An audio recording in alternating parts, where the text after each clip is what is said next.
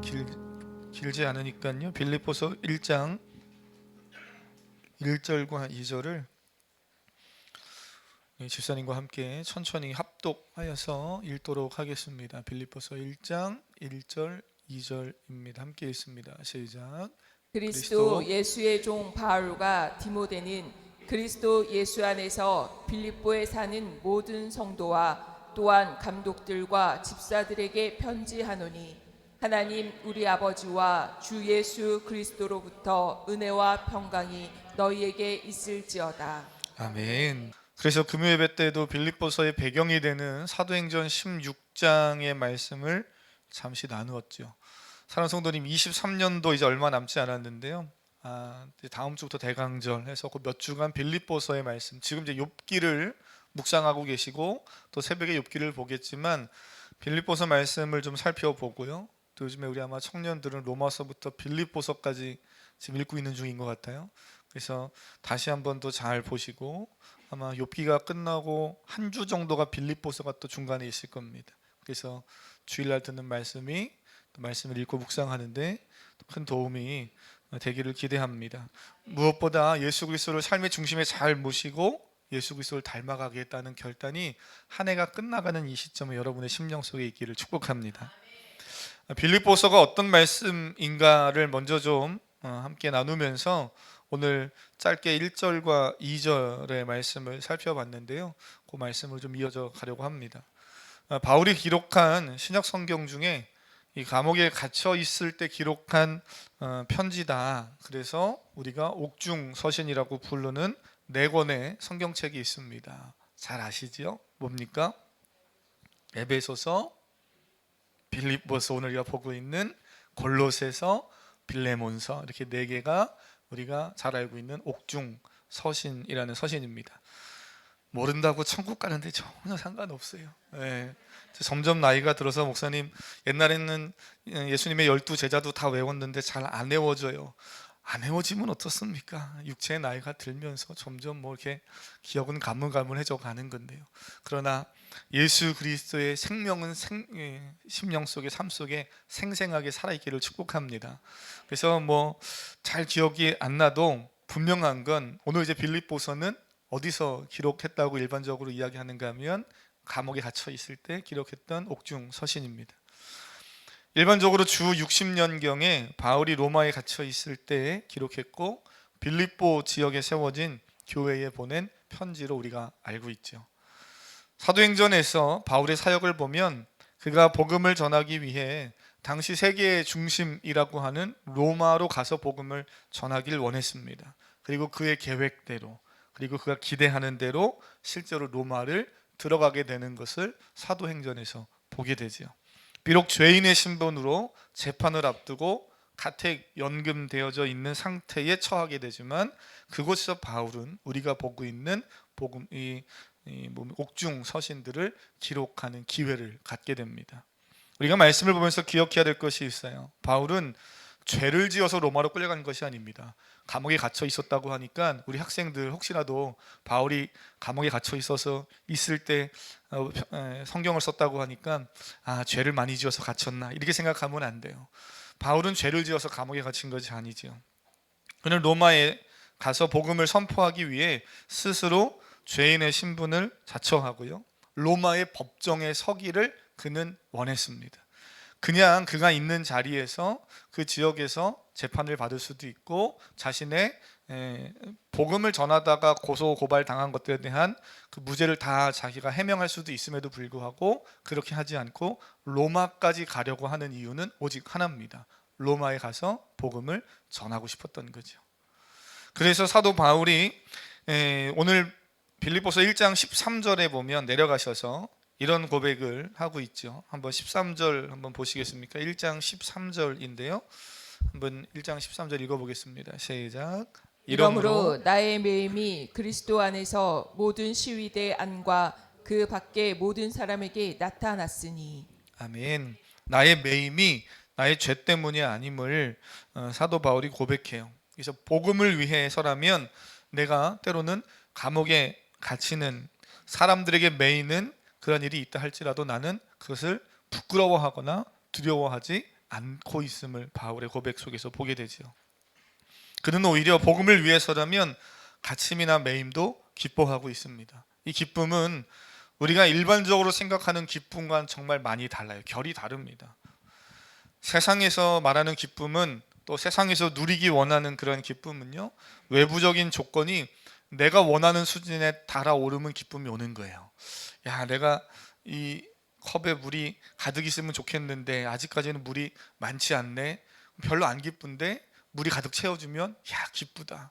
세상의 기쁨은 다 그런 거죠. 좋은 옷을 입고 싶고, 좋은 차를 타고 싶고, 좋은 집에서 살고 싶은데, 더 많은 지식을 갖고 싶고, 더 많은 건강을 갖고 싶은데, 남들보다 좀 더 이뻐지고 잘생겨지고 인기도 많아지면 좋겠는데, 이런 것들이 채워지면 채워짐에서 오는 기쁨을 세상에서는 누리는 거예요. 그것이 세상이 주는 기쁨이죠. 하지만 사도 바울이 빌립보서를 기록하면서 빌립보 교회 성도들에게 기뻐하라 라고 말하는데, 이거는 그런 것이 채워지는 외부 조건에 의한 기쁨이 아닙니다. 그런 상황에 의한 기쁨이 아니죠. 바울은 로마의 시민권을 가진 사람이기 때문에 복음을 전하다가 겪게 되는 억울한 상황을 자신의 이 로마 신분을 가지고 충분히 해소할 수 있었습니다. 그런 능력이 그 사회 안에서 영향력이 충분히 있었던 사람이에요. 충분히 자신이 빠져나올 수도 있고, 오히려 자신을 고발한 사람을 오히려 역으로 더 공격할 수도 있습니다. 하지만 그는 그렇게 하지 않고 죄인의 신분으로 로마에 가서 재판을 받길 원하고 로마까지 가잖아요. 사도행전의 그 마지막 부분을 사도 바울이 복음을 막 전하고 있는 모습으로 마무리하고 있는 것을 보게 됩니다. 저는 그 모습이 너무나 다시 보면서 되게 감동적이에요. 사도행전은 거기서 끝나지만 사도 바울이 로마에서 복음을 그렇게 선포하고 외쳤던 그 일이 지금 어디까지 왔습니까? 우리에게까지도 온 거죠. 재판일까지 가택 연금되어 있는 상태예요. 우리가 생각하면 이제 감옥에 갇혔다 하니까 저기 어디 구석에 갇혀가지고 막 이렇게 착고에 채워가지고 막 이렇게 그냥 물 한 모금도 못 먹고 이러고 있을 걸 생각하는데, 그게 아니라 가택 연금되어 있는 상황이어서 조금은 상당히 자유롭고 사람들과의 면회도 가능하고 글도 쓸 수 있고 뭔가를 이렇게 가르칠 수도 있는 상황입니다. 4시간마다 군인들이 교대로 돌아가면서 지키고 있는 조금은 불편한 상황이지만, 바울은 그곳에서 하나님의 말씀을 전하기도 하고요, 서신을 기록하기도 합니다. 그에게 감옥이냐 호텔이냐는 별로 중요하지 않았던 거예요. 사도행전의 마지막 부분을 보면 그의 모습을 이렇게 기록해주고 있는데, 한번 좀 넘겨서 보겠습니다. 사도행전 마지막 28장 30절 31절 한번 보시겠어요? 신약성경 사도행전입니다. 마지막 28장에 30절 31절 말씀을 찾으셨으면 한번 같이 읽어보겠습니다. 28장 30절 31절입니다. 시작. 바울이 온 이태를 자기 셋집에 머물면서 자기에게 오는 사람을 다 영접하고 하나님의 나라를 전파하며 주 예수 그리스도에 관한 모든 것을 담대하게 거침없이 가르치더라. 아멘. 아멘. 그 위에도 계속 올라가서 보면 바울이 그렇게 하나님의 말씀을 가르치기도 하고 또 자신의 사역을 하고 있는 모습을 보게 되죠. 바울은 그가 있는 곳에서 하나님 나라의 복음을 전하는 일에 힘쓰고 있었습니다. 그가 자신이 있는 곳이 어딘가는 그렇게 중요하게 생각하지 않는 거예요. 내가 어디에 있느냐가 중요한 게 아니라 지금 내가 있는 그 자리에서 나는 무엇을 하는가가 그에게는 항상 중요했습니다. 사랑하는 성도님, 우리가 학생으로 있든지 또는 뭐 어떤 자리에서 직장인으로 또는 주부로 또는 선교지에 선교사로 나가 있든 사역자로 있든 그냥 일반적인 성도의 삶을 살아가든, 중요한 건 우리가 어디에 있든지 거기서 무엇을 하느냐가 중요하죠. 한 주간 무엇을 하며 사셨습니까? 예수님과 동행하고 말씀을 전하는 일, 예수님과 함께하고 예수님과 함께하면서 학생은 또 공부하고 꿈을 키우고, 직장인들은 직장에서 예수 그리스도 안에서 직장의 삶을 살아가고, 가정에서는 또 가정의 일들을 예수 그리스도 안에서 하고, 그렇게 살아가는 우리 사랑하는 성도님들 되시기를 바랍니다. 누굴 만나든지 어디에 있든지 복음을 전하고 가르치는 일에 늘 최선을 다했던 거죠. 이런 바울에게는 기쁨이 있었습니다. 이런 바울이 빌립보 교회에게 외치는 거예요. 기뻐하라. 그냥 이론적으로 기뻐하라, 관념적으로 말하는 게 아니에요. 기뻐하라라고 바울은 오늘 빌립보서에서 총 16번 정도 말합니다. 누가 이걸 잘 이렇게 또 연구해서 찾아놨어요. 기뻐하다, 카이로라는 이 헬라어가 9번 등장한다고 그래요. 항상 기뻐하라, 함께 기뻐하라, 이런 표현으로 쉰카이로라는 단어는 2번 등장한다고 그래요. 이런 단어 많이 들어보셨을 거예요. 예전에 어디 연예인 그룹도 있었어요. 카라라고. 카라, 기쁨이란 뜻이죠. 이 기쁨, 카라라는 단어가 5번 등장한다고요. 그래서 총 16번 정도 기쁨이라는 표현이 빌립보서 안에 등장합니다. 1장부터 4장까지 얼마 길지 않은 그런 말씀인 내용인데, 그 안에 바울은 기뻐라는 표현을 참 여러 번 언급하죠. 바울이 그렇게 강조하면서 말한 기쁨은 그저 관념이나 감정의 표현 또는 무엇인가가 채워져서 좋은데 이런 정도의 기쁨이 아니었다는 거예요. 바울의 기쁨은 상황과 조건에 의한 기쁨이 아닌 고난을 뛰어넘는 기쁨이었습니다. 그래서 제가 처음 말씀드렸죠. 어디에서 이 편지를 썼다고요? 감옥에 갇혀 있는 상태에서. 그의 상황은 기뻐할 수 없는 상황입니다. 고난의 상황이에요. 복음을 전하는데 왜 갇힙니까? 복음을 전하는데, 주의 일을 하는데 왜 어려움을 만납니까? 더 잘 돼야 된다고 생각하잖아요. 그런데 그 고난, 그 어려움의 상황을 뛰어넘는 기쁨이 그에게 있었다는 겁니다. 감정의 표현 정도가 아니라 의지적 결단입니다. 사랑하는 성도님, 오늘 빌립보서를 이제 앞으로 계속 또 다음 주도 보고 보실 텐데, 바울이 기뻐하라 라고 말할 땐 그저 그런 감정적 기쁨, 그냥 나 좀 기뻐, 이런 기쁨 기뻐하라는 게 아니고 2가지 꼭 기억하십시오. 고난을, 상황을 뛰어넘는 기쁨입니다. 할렐루야. 첫 번째, 고난을 뛰어넘는 기쁨이에요. 2번째는요, 의지적 결단을 가지고 하는 기쁨입니다. 의지적 결단. 그리스도를 산다는 것은 세상이 줄 수 없는 기쁨을 가지고 사는 것, 우리는 너무나 잘 알고 있고 고백합니다. 외부 조건이나 환경이 채워져서 누리는 기쁨이 아니라 내 안에 풍성하게 채워지는 예수 그리스도, 생명의 말씀 때문에 솟아나는 기쁨이 경험되는 사람, 그런 사람이 그리스도인인 거죠. 우리가 누리는 기쁨은 그런 거예요. 고난을 이기기도 하고 의지적 결단을 가지기도 합니다. 가만히 생각해 보면 우리가 지난 주일에 추수감사절 예배를 드리면서 감사도 살펴봤잖아요. 한 해를 돌아보면서 감사를 고백했어요. 근데 그 감사를 고백하는 내용 중에는 감사해서 감사하는 것도 있겠지만 감사할 수 없는 상황이고 감사하기 힘든 조건이지만 감사를 해야 됨을 우리는 또 고백합니다. 왜 그렇습니까? 예수 그리스도가 내 삶의 주인이시고 오늘도 나의 삶을 이끌어 가신다는 그 사실을 믿고 고백하는 성도들로서 환경이나 또는 눈에 보이는 그런 결과 때문에 감사하고 기뻐하는 것이 아니라 믿음을 가지고 있기 때문에 감사하는 거예요. 하나님 감사합니다, 믿음으로 하는 거죠. 가만히 생각해 보면 그리스도인이 감사하고 그리스도인이 기뻐한다는 건 믿음 없이는 안 되는 일이더라고요. 어느 정도는 할 수 있어요. 남들이 따라하듯 비슷하게 어느 정도는 맞춰서는 할 수 있습니다만 정작 감사할 수 없는 상황, 기뻐할 수 없는 어떤 상황에 부딪혔을 때, 내가 믿음으로 반응해야 될 어떤 상황에 부딪혔을 때 그때도 감사하고 기뻐할 수 있는 건 내 안에 예수 그리스도가 계시지 않으면, 믿음이 없으면 불가능한 거죠. 바울은 그래서 예수 그리스도 안에서 기뻐하고 예수 그리스도 안에서 맡겨진 삶을 잘 살아가라고, 사명을 감당하라고 이제 뒤로 가면 계속해서 권면합니다. 오늘 그 바울이 빌립보 교회 성도들에게 빌립보서를 쓰면서 가장 먼저 인사말로 이렇게 2구절을 적어놨어요. 바울이 쓴 서신서는 다 편지이기 때문에 당시의 어떤 편지의 형식을 다 띠고 있고 인사말이 등장합니다. 그래서 늘 반복되는 인사말이라고 생각할 수 있지만 오늘 빌립보서에서 바울이 특별히 인사말에서 강조하고 싶은 게 있어요. 한번 읽어보겠습니다. 1절 다시 한 번만 읽겠습니다. 시작. 그리스도 예수의 종 바울과 디모데는 그리스도 예수 안에서 빌립보에 사는 모든 성도와 또한 감독들과 집사들에게 편지하노니. 아멘. 바울이요, 자신을 소개하면서 뭐라고 소개합니까? 아멘. 한번 고백해 보겠습니다. 그리스도 예수의 종.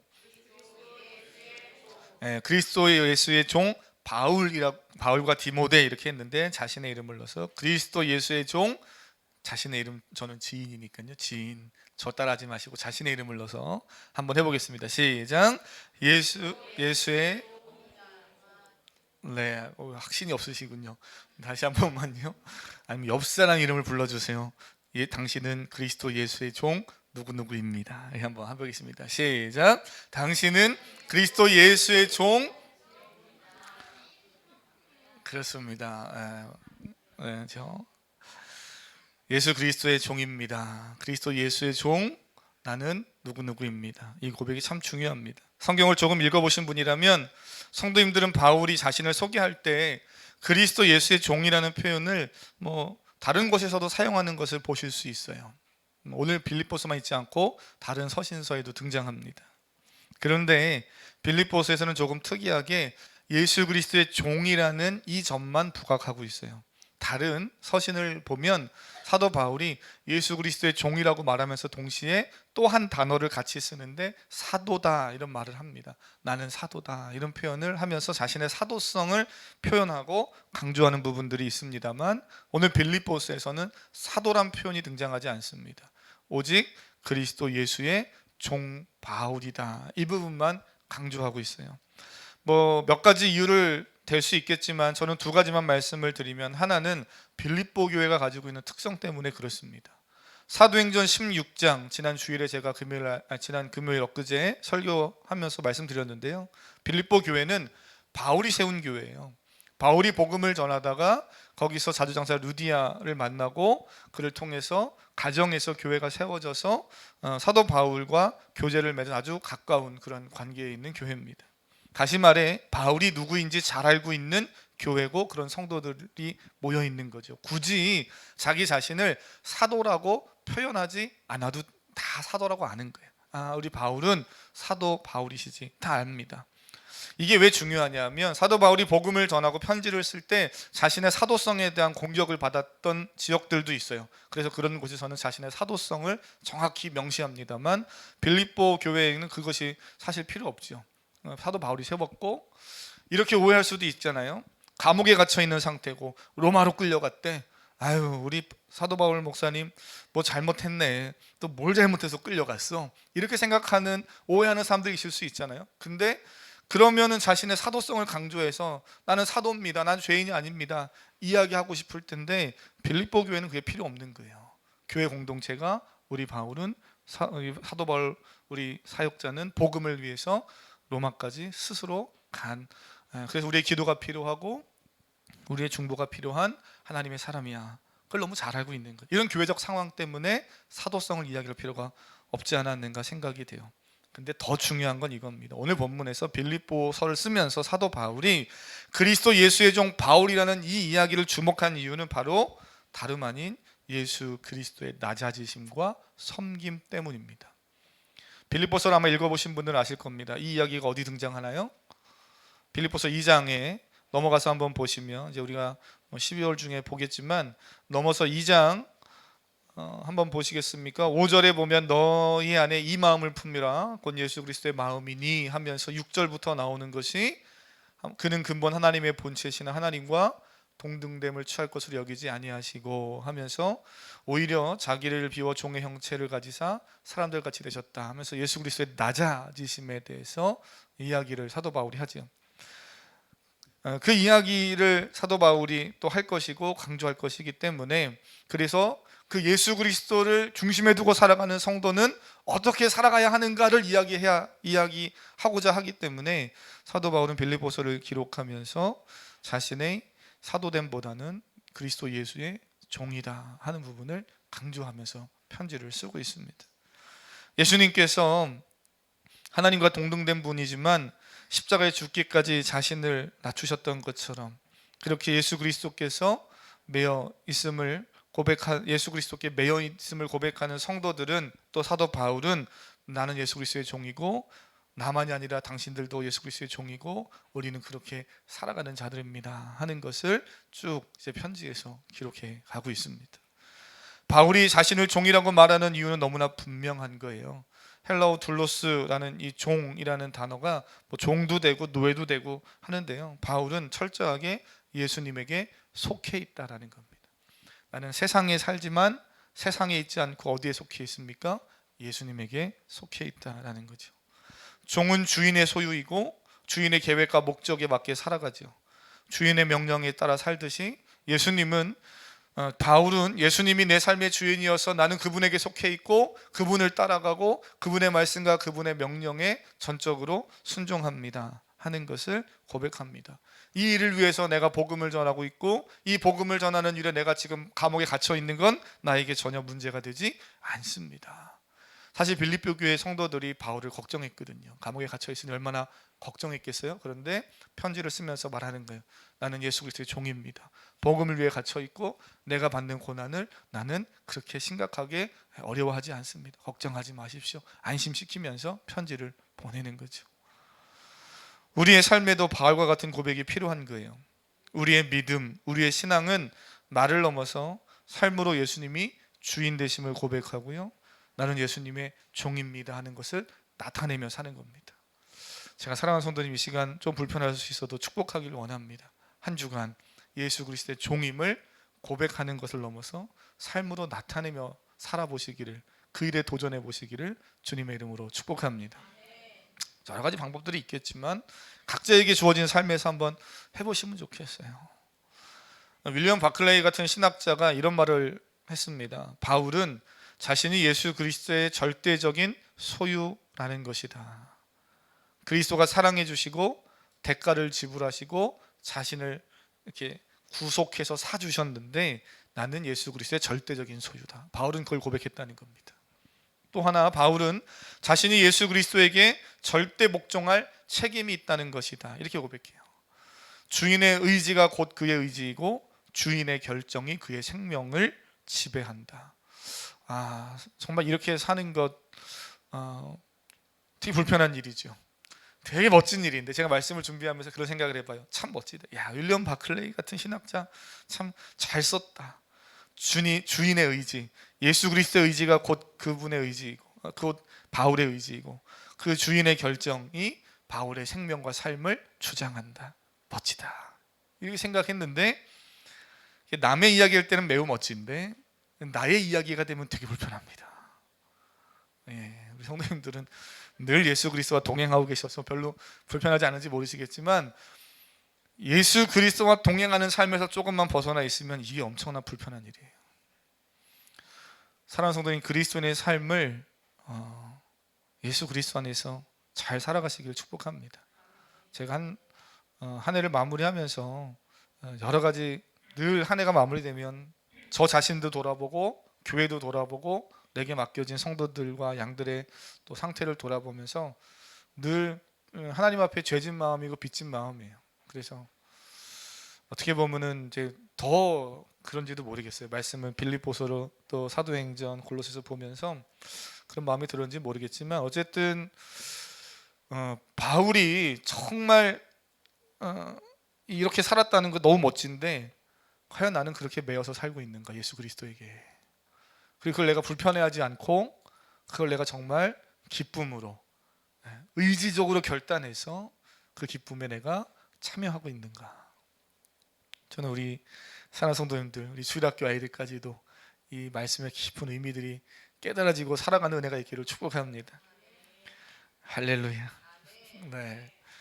오늘 빌립보서 기쁨에 대한 책입니다. 12월 한 달 동안 보면서 너무 무겁게 보지 마시고 기쁘게 볼 수 있기를 축복합니다.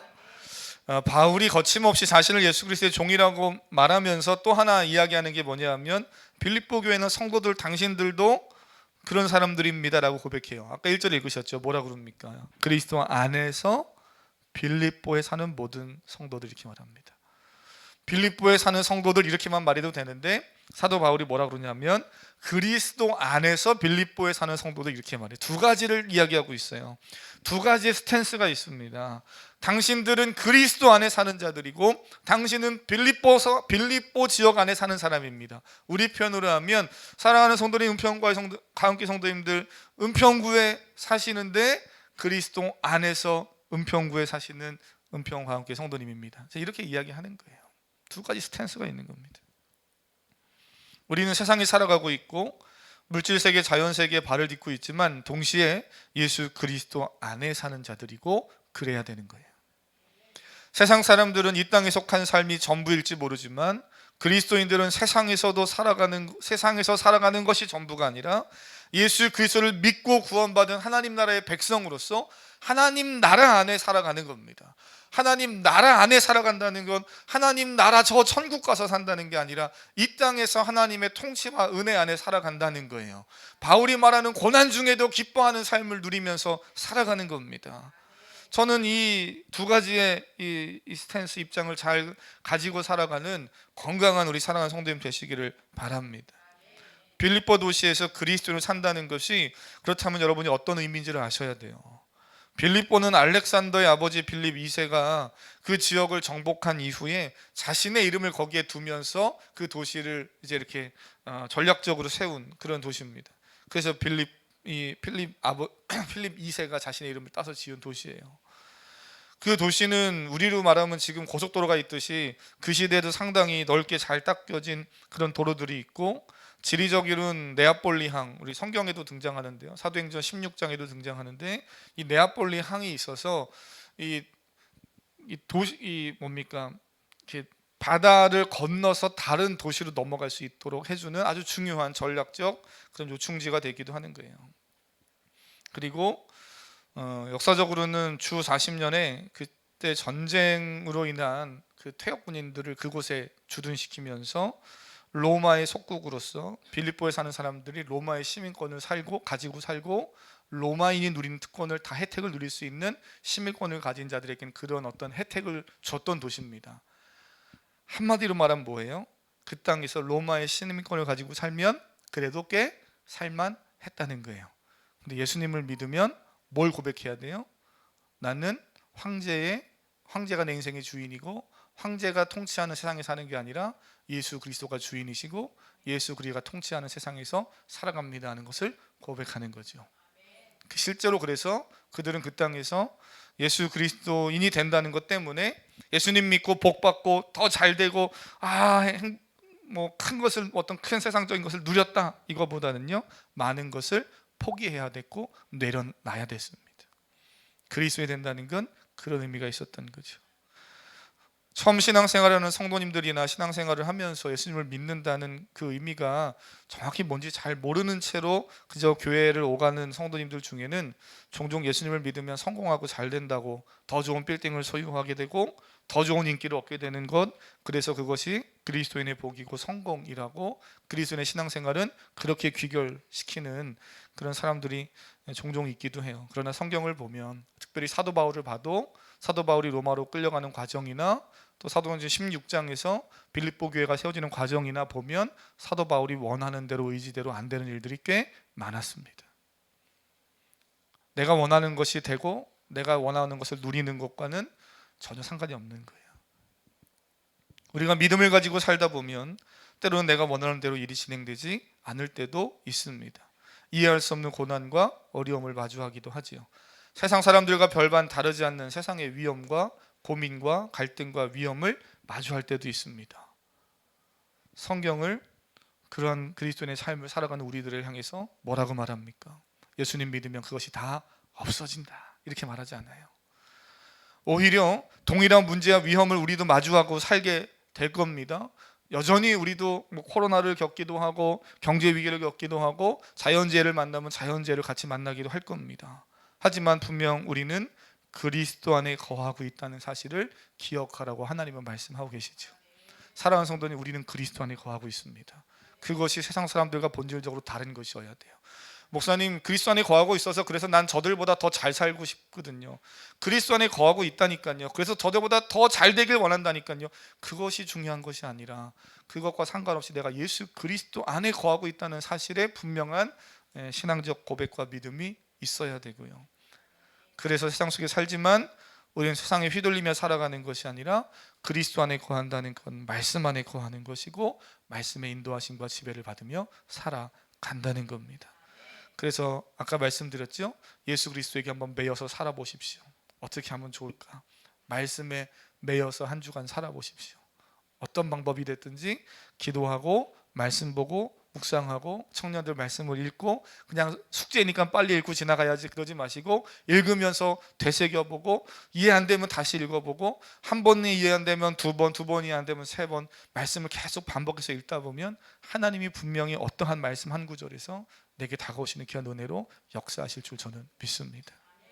하나님을 인격적으로 만나시고 남은 한 달간 예수 그리스도 안에서 기쁨을 누리고 은혜와 평강으로 충만한 우리 사랑하는 성도님들 다 되시기를 주님의 이름으로 축복합니다.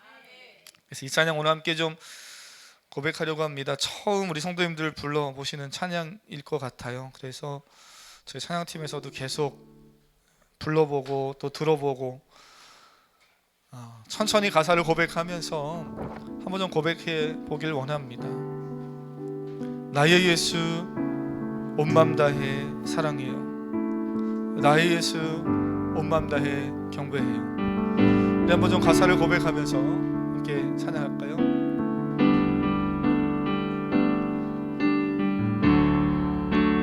나의 예수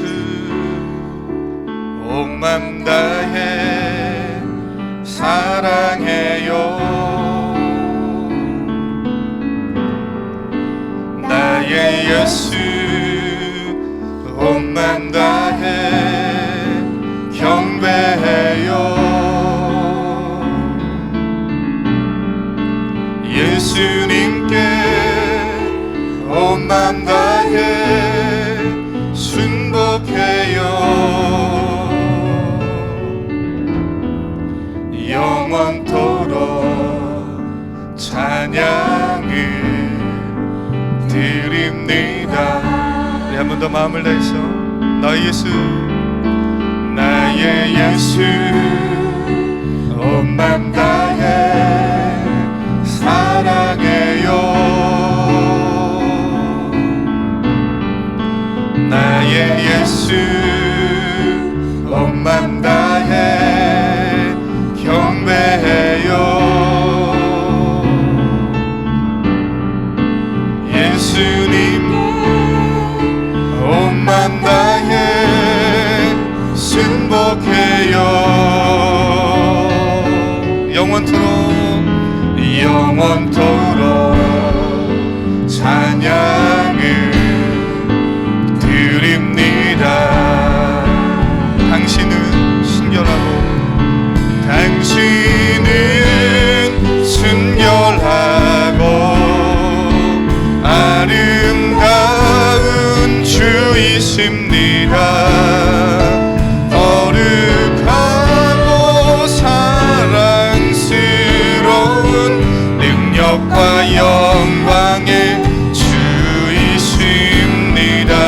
하늘과 땅이 주 찬양해 영광의 왕을 영원한 주를 평화의 왕자 모든 만물의 주 영원토록 주님을 우리 나의 예수 온 맘 다해 사랑해요.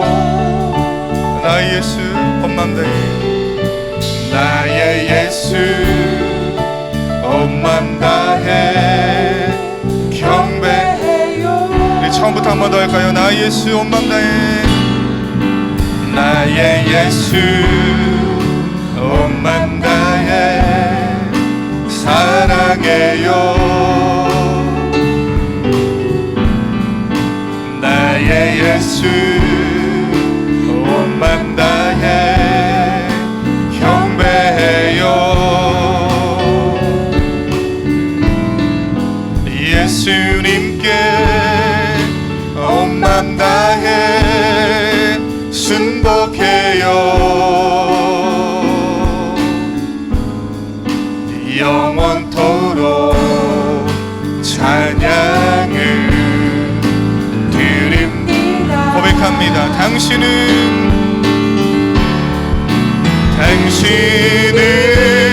순결하고 아름다운 주이십니다. 거룩하고 사랑스러운 능력과 영광의 주이십니다.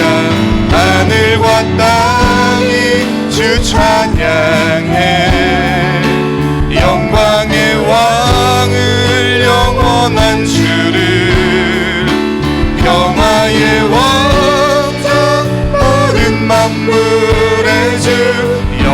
영원토록 주님으로 당신은 순결하고 아름다운 주이십니다.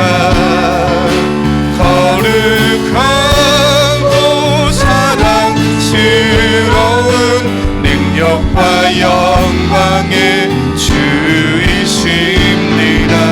하늘과 땅이 주 찬양해 영광의 왕은 영원한 주를 평화의 왕자 모든 만물의 주 영원토록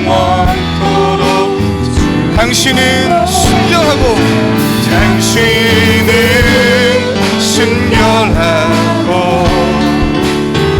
아름다운 주이십니다. 거룩하고 사랑스러운 능력과 영광의 주이십니다. 하늘과 땅이 주 찬양해 영광의 왕을 영원한 주를 왕자 모든 만물의 주 영원토록 주님을 나의 예수 온맘 다해 사랑해요. 나의 예수 온맘 다해 경배해요. 예수님께 온맘 다해 예수님께 온맘 다해 순복해요. 영원토록 찬양을 드립니다. 우리 마음을 다해서 나의 예수 온맘 다해 사랑해요. 나의 예수 온맘 다해 사랑해요. 나의 예수 온맘 다해 경배해요. 예수님께 온맘 다해 예수님께 온맘 다해 순복해요.